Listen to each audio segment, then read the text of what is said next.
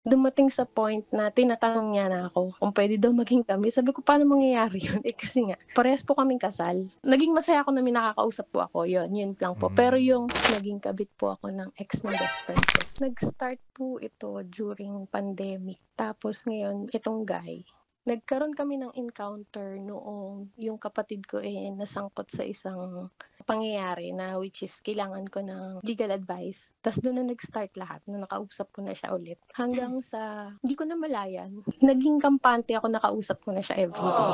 Hanggang sa dumating sa point na tinatanong niya na ako kung puwede daw maging kami. Sabi ko, "Paano mangyayari yun?" Eh, kasi nga parehas po kaming kasal. Naging masaya ako na may nakakausap po ako, yun lang po. Pero yung sexual intimacy, mga ganun po, wala naman po kaming ganun. Nagkita lang kami nung nagsabi siya na ihatid niya ako sa trabaho. Tapos may one time na nahuli na kami nung asawa ko. Tas yan, naghiwalay na kami nung asawa ko. Tapos ako po yung lumapit sa asawa ko para maging okay kami. Pero talagang masasabi ko po na nangyari yan kasi iniisip ko yung mga anak ko para maging okay kami na gawa ng mga bata. Kasi talagang sinabi ko sa kanya, umamin naman ako nung nahuli niya na ako eh. Sabi ko talagang, hindi ko kasi siya masabi sa'yo. Nawala na ako ng gana magsabi kasi parang hindi na siya willing makinig. Tapos yan, hanggang sa dumating na itong guy na to after nga nung sa kapatid ko. Natigil kami ng 2021 kasi nga, nagbuntis ako sa bunso ko.